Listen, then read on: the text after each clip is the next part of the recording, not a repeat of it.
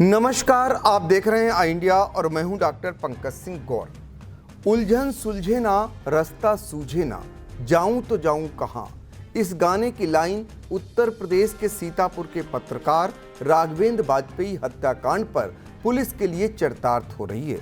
पत्रकार राघवेंद्र वाजपेयी कैसे थे, उनकी कार्यशैली कैसी थी, तमाम बातों का खुलासा तो एक समान हो गया, क्योंकि उनके तमाम ऑडियो उनके ही मोबाइल के जरिए पुलिस के हाथ लग गए, जिसकी वजह से पुलिस को अभी तक यह समझ में नहीं आ रहा है कि वह किस लाइन पर चलकर सुनियोजित तरीके से पत्रकार राघवेंद्र वाजपेयी के ब्लाइंड मर्डर केस का खुलासा करे।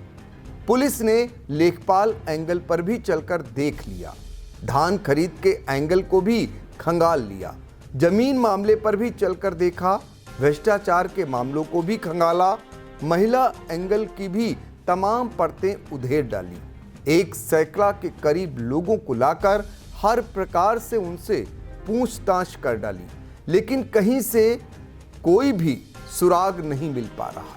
हालांकि एसपी चक्रेश मिश्र ने 2 दिन पहले मीडिया को यह औपचारिक रूप से जानकारी दी थी कि पुलिस बहुत जल्द खुलासा करने जा रही है, जिसके बाद से हर एक की नज़र लगी हुई है कि आखिर पत्रकार राघवेंद्र वाजपेयी को फिल्मी अंदाज में दिन दहाड़े हाईवे पर गोलियों से किसने भूना, कारण क्या था और शूटर्स कौन थे।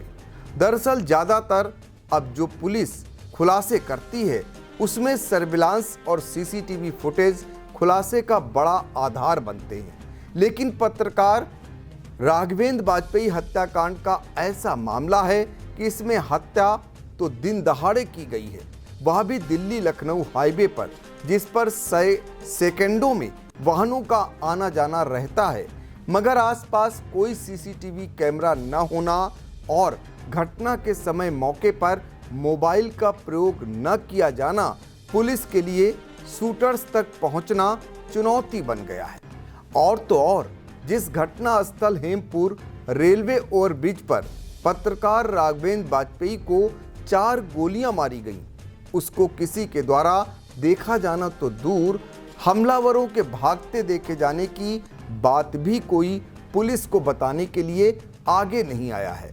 पुलिस के तमाम प्रयासों के बावजूद उसे यह पता नहीं चल सका है कि गोली चलाने वाले हमलावर किस वाहन से थे, उनकी संख्या कितनी थी और वह किधर भागकर गए थे, क्योंकि घटना थाना इमलिया सुल्तानपुर इलाके में हुई, लेकिन पत्रकार का पीछा किए जाने की बात महोली कोतवाली इलाके के उर्दौली से होने की आशंका जताई जा रही है। इसका एक सीसीटीवी फुटेज आया है, जिसमें काले रंग की बाइक सवार 2 संदिग्ध लोग जाते दिखाई दिए। हालांकि कुछ थार गाड़ियां भी जाती दिखाई दी। पत्रकार राघवेंद्र वाजपेयी की हत्या करने के बाद हमलावर ना तो वापस महोली की तरफ गए और ना ही सीतापुर की तरफ। ऐसे में आशंका है कि वह हेमपुर रेलवे ओवरब्रिज से नीचे उतरकर वापस हुए और फिर इंद्रौली की तरफ होते हुए फरार हो गए। चूंकि इंद्रौली की तरफ एक पेट्रोल पंप तो स्थित है, पर उसका सीसीटीवी खराब होने के चलते इसकी भी पुष्टि नहीं हो सकी है कि वह इसी रास्ते से ही गए हैं। आसपास के लोगों में से भी पुलिस को कोई भी कुछ बताने आगे नहीं आया है कि उसने घटना के बाद जाते हुए देखा है। घटना दिन के करीब 3 बजे के आसपास की है। सर्विलांस को लेकर सीतापुर पुलिस के साथ ही एसटीएफ भी प्रयास में जुटी हुई है, लेकिन नतीजा अभी तक सामने नहीं आ सका है, जबकि पुलिस टीमों की जांच का दायरा बढ़ता ही जा रहा है। पुलिस ने घटना के बाद से गुजरी सीतापुर से लखनऊ तक गाड़ियों को चेक कराया है।